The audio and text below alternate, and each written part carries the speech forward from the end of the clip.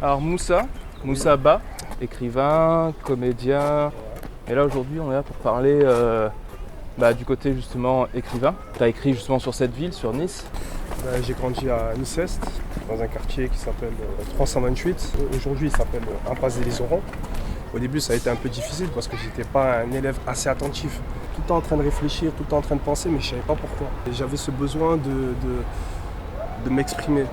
Et petit à petit, je me suis rendu compte que j'avais une passion pour l'écriture. J'ai commencé à prendre des cours de café-théâtre au Bouffe-Seine. Il y avait comme un échange avec le public et quand tu as ça en toi, c'est trop fort, quoi. Tu avais déjà l'optique d'écrire un bouquin à ce moment-là ou pas? Non, en fait l'écriture c'est venu du fait que j'étais intéressé par le cinéma. Je me suis dit bon, je vais écrire des scénarios. Et quand j'étais à la fac, c'est là où vraiment j'ai vu que mon écriture était intéressante. J'avais eu 18 sur 20 sur un scénario d'un jeune néo-nazi raciste qui tombe amoureux d'une maghrébine. Pourquoi? Parce que je voulais prendre les deux extrêmes et les mettre face à face, montrer que même si on a des divergences, on peut s'aimer. C'était important pour toi justement de transmettre ça aux gens? C'est pas que c'est important, c'est la base. C'est la base. Aujourd'hui, on a perdu l'humanité. Il y a plein de problèmes dans le monde et les gens, les problèmes dans le monde, ils les ramènent chez eux. Tu vois ce que je veux dire? Ce lieu-là, c'est sur lequel on se promène, c'est toi qui l'as choisi. Pourquoi le parc Chambrun? Qu'est-ce qu'il y a de spécial? Quand c'est souvent devant, je me suis dit le jour où je vais rentrer à l'intérieur, c'est que je vais trouver l'amour. Aujourd'hui, j'ai trouvé l'amour et j'y vais plus souvent, plus régulièrement.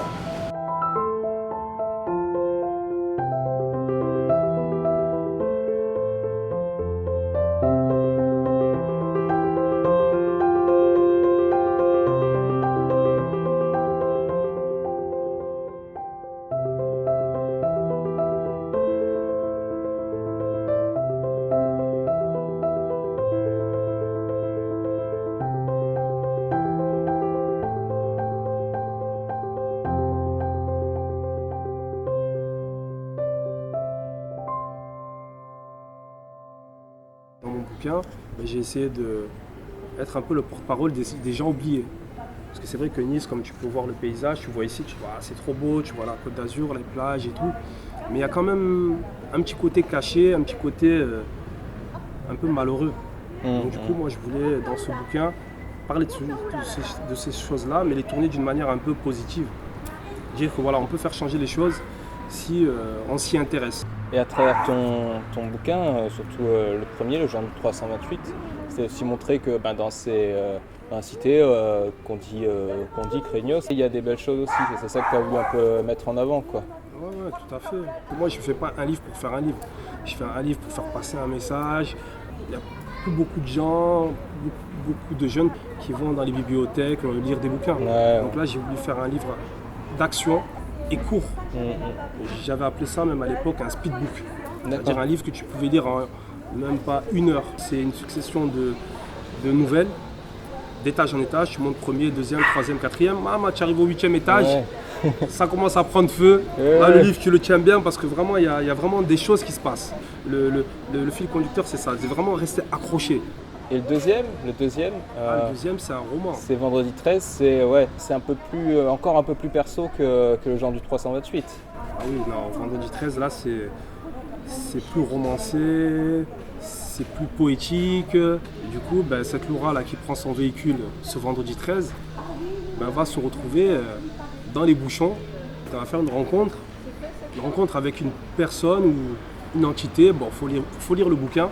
Mais cette rencontre-là va bouleverser sa vie complètement.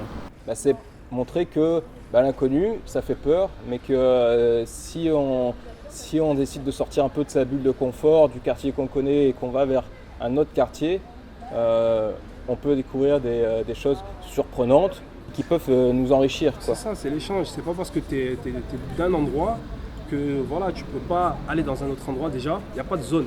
Il n'y a pas de zone, ça c'est dans la tête, il n'y a pas de zone. On peut aller de n'importe où. Et d'ailleurs c'est ça aussi, Vendredi 13, c'est que Laura en fait elle fait un pas vers l'inconnu, elle fait un pas vers Samir. J'essaie de parler d'un peu des vraies choses. Ramener un peu d'humanité chez les gens. L'essentiel c'est d'aimer. Et l'amour, c'est vraiment ce qui va faire qu'au jour d'aujourd'hui il y aura moins de guerre et qu'il y aura plus de peuples qui auront à manger.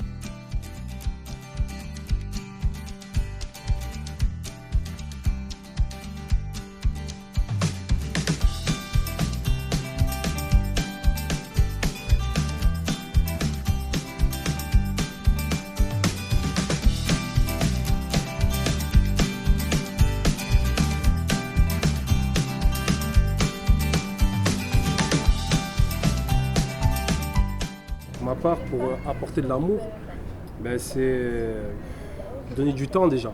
Donner du temps. Après, je pense que ce qu'il faut, c'est se remettre en question.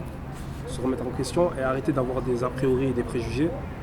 Donc déjà, ça passe par ça.